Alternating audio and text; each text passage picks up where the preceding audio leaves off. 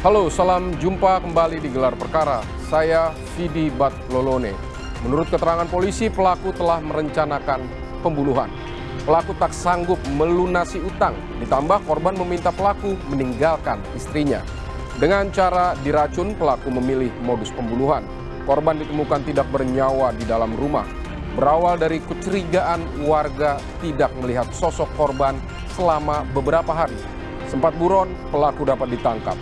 Berdasarkan CCTV, aksi pelaku diketahui mulai dari membeli racun hingga meninggalkan lokasi. Lantas apakah hanya latar ekonomi dan asmara yang berujung pada kematian korban? Kami akan kupas dalam Gelar Perkara pekan ini.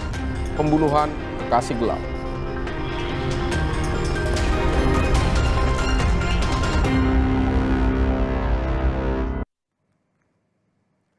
Menurut warga, pelaku dan korban baru menghuni rumah kontrakan selama beberapa pekan. Kepada warga, keduanya mengaku sebagai pasangan suami istri. Warga tidak ada yang mengetahui kronologi pembunuhan. Polisi menuturkan dengan matang pelaku telah merencanakan pembunuhan. Jurnalis Kompas TV Renata Panggalo menelusurinya untuk Anda.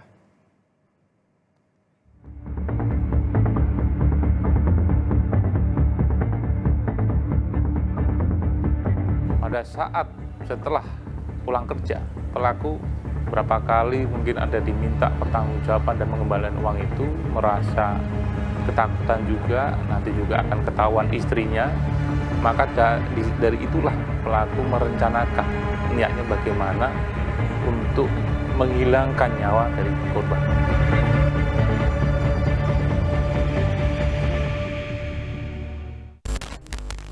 Seorang perempuan di Kecamatan Cikarang Timur, Kabupaten Bekasi, Jawa Barat, tewas dibunuh oleh teman dekatnya dengan menggunakan racun. Karena motif hutang dan juga asmara, pelaku tega membunuh korban dengan menggunakan racun tikus di sebuah kontrakan saat menyantap sarapan pagi. Sekarang saya sedang berada di Kecamatan Cikarang Timur dan saya akan mencoba untuk mengunjungi tempat kejadian perkara dan juga mewawancarai beberapa warga. Tetap ikuti penelusuran kami di Gelar Perkara.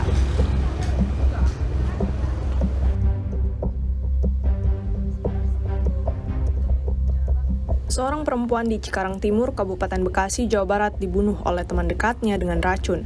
Korban ditemukan tidak bernyawa di sebuah rumah kontrakan. Saudara, disinilah tempat kejadian perkara pembunuhan seorang wanita yang tewas dibunuh oleh teman dekatnya sendiri. Kalau kita lihat secara kasat mata, di sini masih terpasang garis polisi, kemudian juga di sekitar area pintu masuk ini ada bubuk kopi yang dibubuhkan untuk menyamarkan bau yang tidak sedap yang keluar dari rumah kontrakan. Nah, pada mulanya memang belum ada kecurigaan yang terlihat apabila warga berinteraksi atau melihat secara kasat mata begitu ya, antara pelaku dan korban ini terlihat seperti sepasang suami istri. Namun memang pada tanggal 8 Desember lalu, ini kemudian seorang warga tetangga ini mengeluhkan adanya bau busuk yang keluar dari rumah kontrakan, kemudian akhirnya mengunjungi rumah dari pemilik kontrakan, dan setelah itu kemudian bersama-sama dengan pemilik kontrakan akhirnya mencoba untuk membuka pintu kontrakan ini. Kemudian pada saat dibuka akhirnya ditemukan jenazah seorang wanita yang terbungkus plastik. Berdasarkan rilis dari polisi, korban ini dibunuh dengan menggunakan racun tikus. Usai meninjau tempat kejadian perkara, kami menemui Warta, pemilik rumah kontrakan. Warta menceritakan pertemuan dirinya pada tanggal 1 Desember lalu dengan pelaku berinisial AMW dan korban berinisial JS. Mereka mengaku sebagai pasangan suami istri dan hendak menyewa rumah kontrakan. Bertanya ke Bapak terkait kontrakan itu siapa? Berdua dia. Saat itu apa yang mereka katakan ke Bapak? Ada kontrakan kosong enggak? Emang kebetulan ada satu. Ya udah, berebut tawar dah, sekian jadi. Di DP 300.000. Setelah dia ngasih DP, 300.000 kan ditanyain, nggak kamu suami istri atau bukan? Iya, saya pintain fotokopi KTP dan surat nikah. Itu langsung kuncinya dipinta satu. Bentar, dia ceritanya mau ngambil barang-barang tuh, mau ngambil barang-barang dia. Terus saya kalau datang malam nggak ngerepotin. Warta mengaku tidak melihat adanya kejanggalan dari pelaku maupun korban. Menurut Warta, pelaku dan korban terlihat rukun. Namun, Warta menyebut warga sekitar memang belum begitu mengenal pelaku dan korban, karena mereka baru saja pindah ke lingkungan tersebut. Hari Minggu. Terakhir ngeliat hari Minggu. Itu saat itu dia cuma lewat? Iya, nggak ngobrol enggak. Berdua? Kadang-kadang berdua sama suami istri cari makan. Kelihatannya mereka rukun-rukun aja Kak? Iya, kelihatannya begitu. Warta kemudian menceritakan momen dirinya menemukan jenazah di rumah kontrakan miliknya 8 Desember lalu. Peristiwa tersebut bermula dari keluhan tetangga yang mencium bau tidak sedap dari rumah kontrakan yang disewa pelaku dan korban. Kan tetangganya sebelah ngambu bau, ngambu bau bangke. Dia kira sampahnya di rumah dia, lalu kan dibuang, itu teh sampah itu dibuang tetap masih bau. Dia kan lapor langsung ke saya, Pak, bau ya. Itu hari apa Pak? Itu hari Jumat, pas. Jumat depan ya? Iya, Jumat depannya. Tanggal berapa saya nggak tahu tanggalnya dah. 8. Iya. Tuh, Pak, ada bau bangke kayaknya Pak. Gitu. Ya benar, iya. Lantas, terus kita lihat. Taruh udah tunggu gua ngambil kunci serep. Terus gua mau buka pintu. Foto ya, ini apa namanya, direkam ya? Iya, rekam ya. Iya, udah direkam tuh, udah pakai itu teh. Bahasa buka, bau, sastra terus ke ruangan tengah. Ngeliat ada, udah darah, udah hitam. Kami juga menemui Lia, seorang pedagang juga merupakan anak pemilik rumah kontrakan, yang pernah mengobrol dengan korban. Lia menceritakan, korban mengaku sudah menikah dengan pelaku. Sempat mengobrolkan apa aja Ibu?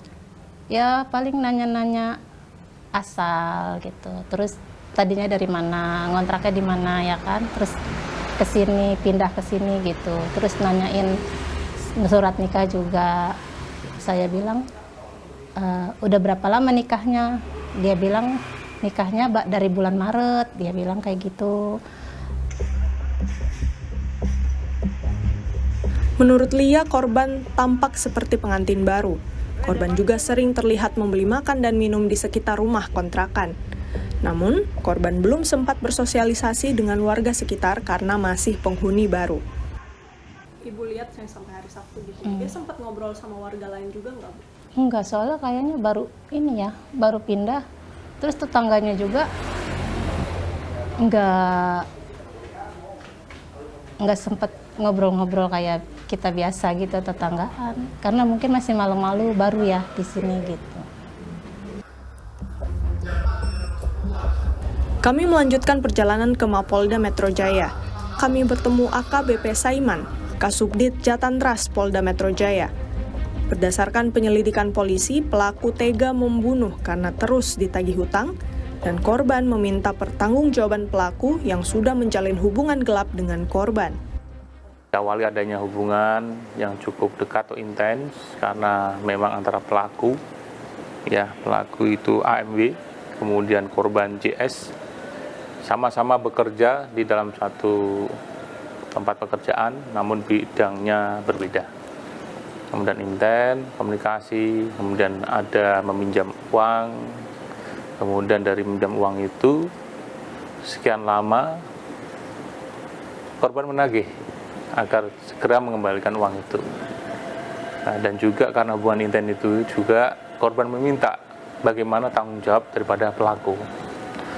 Pada saat setelah pulang kerja, pelaku berapa kali mungkin ada diminta pertanggungjawaban dan mengembalikan uang itu, merasa ketakutan juga, nanti juga akan ketahuan istrinya.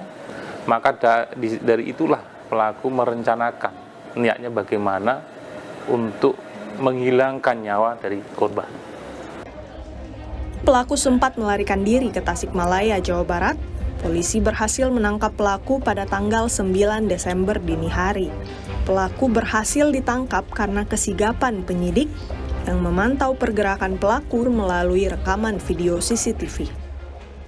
24 menit setelah kejadian itu kita sudah mengetahui tim bergerak dengan cepat menyisir lokasi CCTV menuju dan meninggalkan, dan termasuk di dalam kegiatan penyelidikan di lapangan dan cepat penyidik sudah menemukan adanya CCTV yang menjadi petunjuk di rute menuju dan meninggalkan kontrakan tersebut, termasuk CCTV di kios yang menjual makanan burung, termasuk yang menjual racun tikus yang dibeli oleh pelaku. Kasus penemuan jenazah seorang wanita yang diracun dan dilakban yang ditemukan di Kecamatan Cikarang Timur, Kabupaten Bekasi, turut menyita perhatian publik. Para ahli pun ikut menyoroti kasus ini. Lantas bagaimana tanggapan mereka? Tetap saksikan di Gelar Perkara.